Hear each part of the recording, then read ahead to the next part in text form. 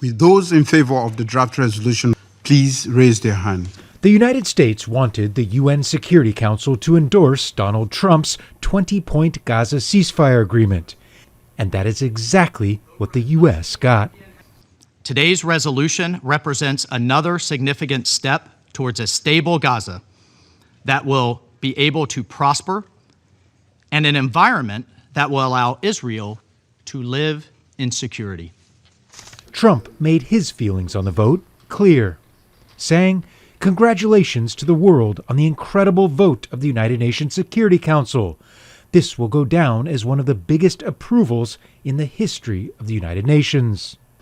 Russia and China had reservations, but both decided to abstain and not veto it. In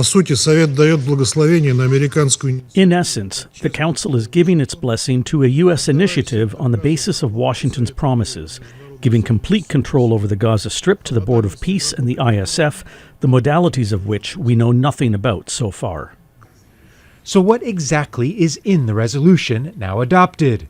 It backs the so-called Board of Peace with sweeping legal authority over Gaza governance, including reconstruction and security. The resolution also calls for an International Stabilisation Force, notably not a UN peacekeeping force, to work in consultation with Israel and Egypt to demilitarize Gaza and train a Palestinian police force.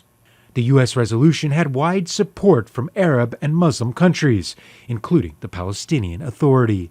The mandate for the resolution is nearly 2 years. But the resolution makes Palestinian statehood conditional. It does not further define who will be on the Board of Peace and calls for minimal UN direct involvement.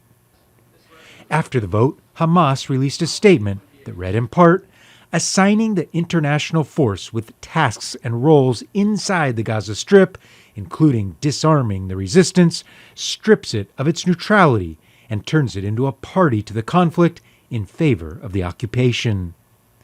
Algeria's ambassador said the resolution has clear red lines Israel cannot cross. This resolution must be read in its entirety.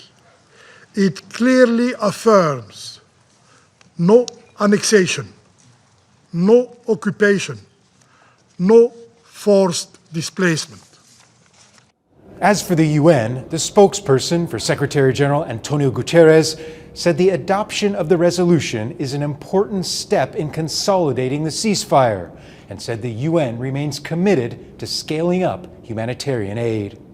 Gabriel Zondo, Al Jazeera at the United Nations in New York.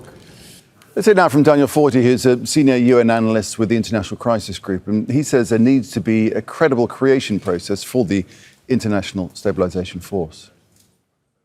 The Council has in the past authorized organizations that are not the UN, whether coalitions, whether NATO, to launch military interventions with its legal blessing. And that was the basic concept of what the US put forward for the ISF. The ISF is not meant to be a UN Blue Helmet mission. It will not be led or overseen by the UN and will not follow its procedures or its rules, but it will have the Council's legitimacy and backing. What that means in practice is that first, it will be able to use force in a way that humanitarians have told Crisis Group that there is actually a need for an operation to have the permission to use force in order to maintain law and order in Gaza right now, but also that it will not be a subject to the UN's traditional practices for mobilizing troops or funding a mission. So this will very much depend on the countries that want to contribute boots on the ground and pay for the stabilization force. These concerns about accountability, about political oversight, about Palestinian participation in many of these decision-making bodies are absolutely valid, and some that Crisis Group pointed out in our recent explainer of what this resolution was meant to do.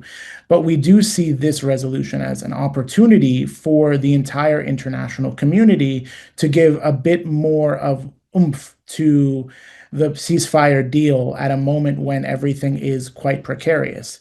But for us, the diplomacy doesn't stop here. There needs to be considerable attention paid now to how all of these institutions get stood up, even if the Security Council doesn't have a formal role in this, and the US and its Arab partners are using both multilateral fora and bilateral channels to work out some of the finer details of this. But without more political engagement, without a process that is credible to the Palestinians, implementation of any of these provisions is going to be incredibly challenging.